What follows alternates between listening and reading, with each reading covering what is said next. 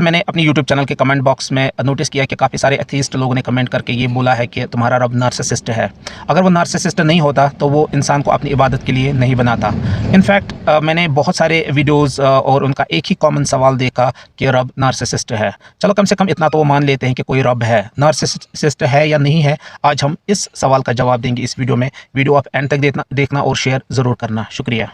कुछ लोग कहते हैं तुम्हारा रब नार्सिसिस्ट है, उसने दुनिया सिर्फ इसलिए बनाई ताकि लोग उसकी इबादत करें, उसे सिर्फ अपनी तारीफ सुननी है। आज इस झूठ का सच से सामना होना चाहिए।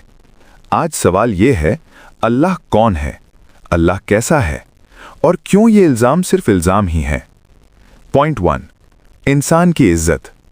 अगर अल्लाह नार्सिसिस्ट होता तो सबसे पहला काम ये कभी ना करता और हमने औलादे आदम को इज्जत बख्शी। सोचिए, अल्लाह ने फरिश्तों को भी ये नहीं कहा, सिर्फ इंसान को इज्जत दी। सूरह अर-रहमान में अल्लाह बार बार पूछता है, फिर तुम अपने रब की कौन सी नेमतों को झुठलाओगे। ये सवाल तारीफ के लिए नहीं है, ये कह रहा है मैंने तुम्हें इतना दिया फिर भी तुम खुद को तन्हा और टूटा हुआ क्यों महसूस करते हो। ये नार्सिसिज्म नहीं, ये केयर, कंसर्न और रहमत है। पॉइंट 2, सोचने की आज़ादी। अगर अल्लाह नार्सिसिस्ट होता तो वो सवाल कभी ना पूछता। कुरान पूछता है, क्या तुम अक्ल से काम नहीं लेते? सोचिए, कौन सा नार्सिसिस्ट कहता है सोचो, समझो, सवाल करो। अल्लाह कहता है मुझसे मांगो, मैं जवाब दूंगा। कंट्रोल नार्सिसिस्ट चाहता है, अल्लाह सोचने की आज़ादी देता है। Point 3, free will. अगर अल्लाह नार्सिसिस्ट होता तो वो ज़बरदस्ती मानता, लेकिन कुरान कहता है दीन में कोई ज़बरदस्ती नहीं, तुम चाहो तो मानो, चाहो तो इनकार करो। कौन सा नार्सिसिस्ट अपने खिलाफ बोलने की भी आज़ादी देता है? ये पावर नहीं, ये इंसान पर भरोसा है। पॉइंट 4, बेइंतहा मोहब्बत और रहमत। अल्लाह कहता है मेरी रहमत मेरे गुस्से पर भारी है। इंसान गलती करता है, अल्लाह माफ़ करता है।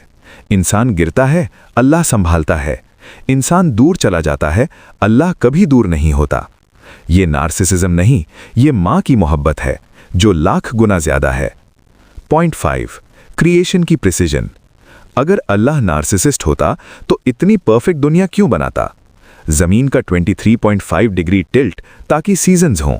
सूरज का परफेक्ट डिस्टेंस, एक कदम पास होता सब जल जाता। डीएनए का कोड 3 बिलियन लेटर्स और पूरी कायनात एग्जैक्ट बैलेंस में। कुरान कहता है हमने हर चीज़ एक अंदाजे से बनाई है।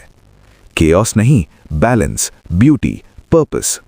क्लोजिंग, स्ट्रॉन्ग और काम। अल्लाह नार्सिसिस्ट नहीं है, अल्लाह मोस्ट लविंग है, अल्लाह मोस्ट मर्सीफुल है। अल्लाह वो रब है जो इंसान को झुकाता नहीं, उठाता है। और जो रब सवाल से डरता नहीं, सोच से मना नहीं करता और मोहब्बत पर कायम रहता है, वो रब झूठ के इल्ज़ाम का हकदार नहीं होता, वो अल्लाह होता है।